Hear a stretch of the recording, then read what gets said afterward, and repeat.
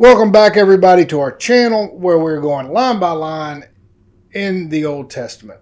And right now we are in where Noah was pissed off at his sons for trying to help him when he was drunk, especially one son, Ham, who told everybody else that he was hammered. You would think there would be a lot more to this story because Noah in the previous video makes his two sons over all of the lineage of Ham. It's all talked about in the previous video. I encourage you to check that out. Then it just kind of stops the story. It just says Noah lives 350 years after this event. That's it. So no more story. Just abruptly ends with the most mind-boggling set of scenarios from the previous video. And just right now, nothing happened in those 350 years. There's been some major drama that's happening, and Noah is the person to repopulate the entire world. And for the 350 years of creating a new civilization on Earth, there's nothing? Like, nothing. Okay, it's hard to imagine. So then I go on to my second question in Genesis chapter 10, verse 1 through 8. These bloodlines are obviously important. But why?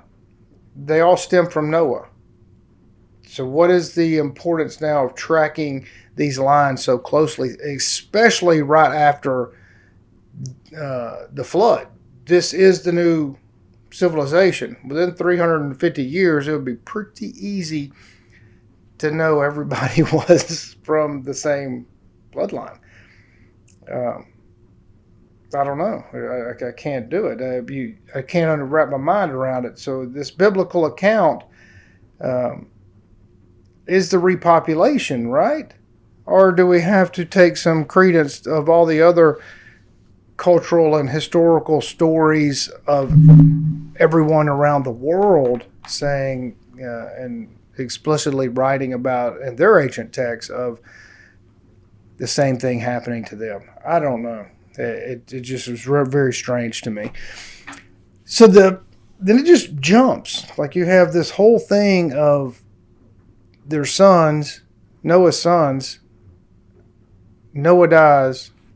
He lives 350 years. Is that the years as we know them now? Because we all know that we've adjusted. Well, I haven't done anything. Our ancestors have adjusted the calendars many different times in many different ways. In the past 2,000 years, we have this calendar that we use. So was there a different timeline they're going by? Or was there something else in their DNA, something else happening that allowed them to live longer? Doesn't really say. So we're in Genesis chapter 10, verse 9, where it just jumps into these bloodlines, this long list of names. He begot him, he begot him. You know how it goes, especially if you've even glanced at a Bible. I don't understand why this guy, Nimrod, it just stops at Nimrod and it just calls him a hero before Jehovah. Jehovah finds this guy to be a hero because it says he's a good hunter. Okay, so Jehovah is impressed with a man that is a good hunter. I don't understand why that's in the Bible, why that would even be relevant to your soul and your spiritual growth and your spiritual path and your learning. Somebody please let me know if you got a good explanation that's not rude, because I'm not going to read or respond to it. And Nimrod just appears and then he builds great cities. So something happened in this timeline, this short span of time, where people know how to build cities now. And why doesn't the Bible spell out? Because I think this is critical. If these people are like, they're all new, right? Everybody's dead but Noah and his family. And so then you got this 350 some odd years and plus whoever, all this lineage that they just explained to get to Nimrod. It's not a whole long time. So how did they form their societal constructs? Were they socialist, communist, capitalist, some hybrid? Like, what are they? How were they exchanging goods and services? That's my question. How are they doing that? How is their economy set up? How do they function as a society?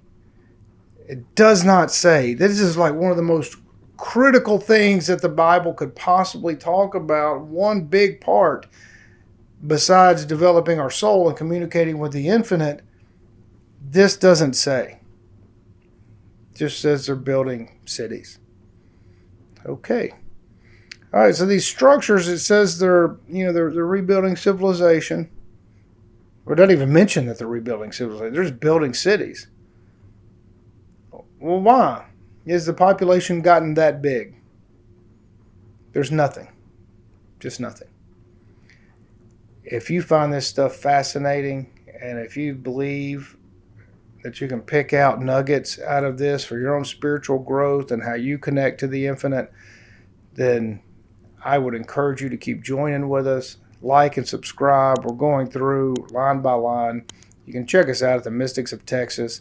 And if you like the New Testament, we're also doing, will be in the link in the description below. And right at a little screenshot after this with the mysticsofTexas.com, where you can see the New Testament and the Old Testament and all the other variety of things that we talk about, which are fascinating for our human development and understanding our own critical thinking and our own judgments and how we live our life so we can better connect to the infinite in our own personal way. Thanks for joining us. We'll see you next time.